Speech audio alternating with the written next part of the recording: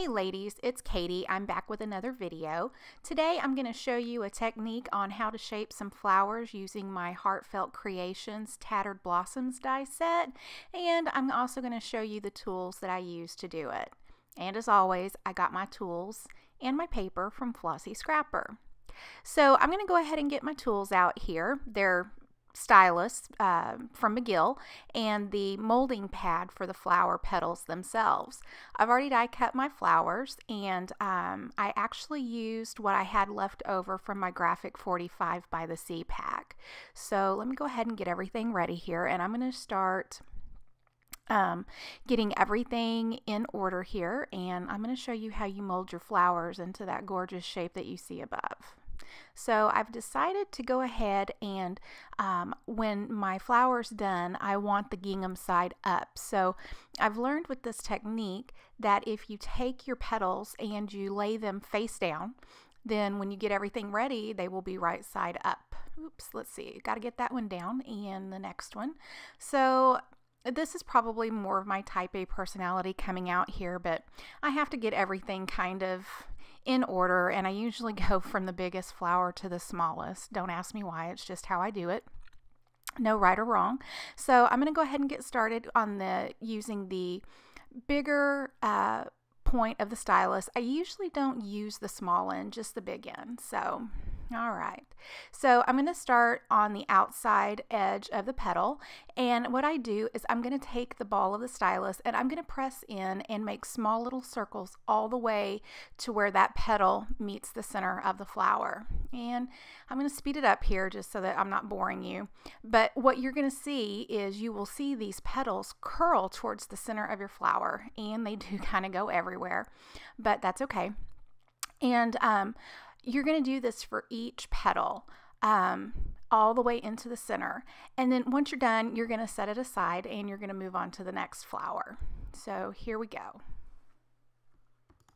So I learned this flower folding technique in a card class that I actually took at Flossy Scrapper back in April of this year, and I liked it so much that I actually went home with the tools that night, and then of course I had to find some dies.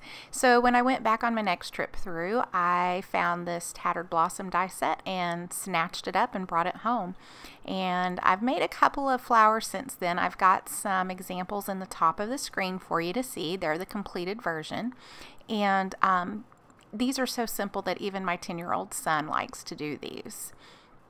And then in the center, you decorate with either glitter or mini prills, or, you know, just whatever imagination you have, whatever you can think to go in there.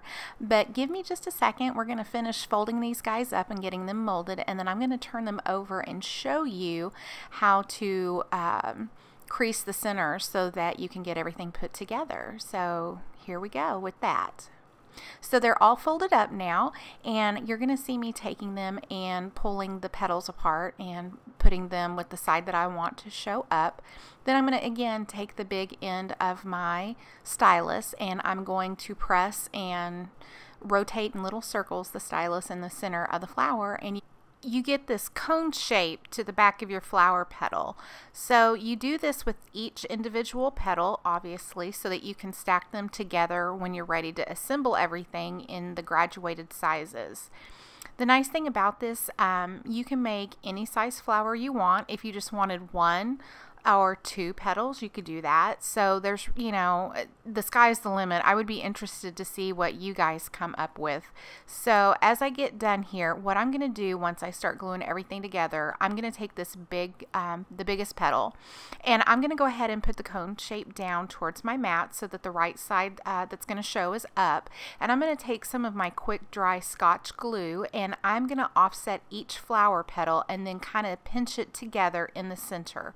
And then once everything is glued together, I usually will take my clear 3D lacquer, the crystal lacquer, and put a dab of glue in the middle of the tiniest flower, and then take glitter or mini prills, whatever, and cover that up so that once it dries and you have this gorgeous center in your flower, you can make it match your project. I used my Elizabeth Craft Designs Solar Gold on this guy, and look how gorgeous it turned out.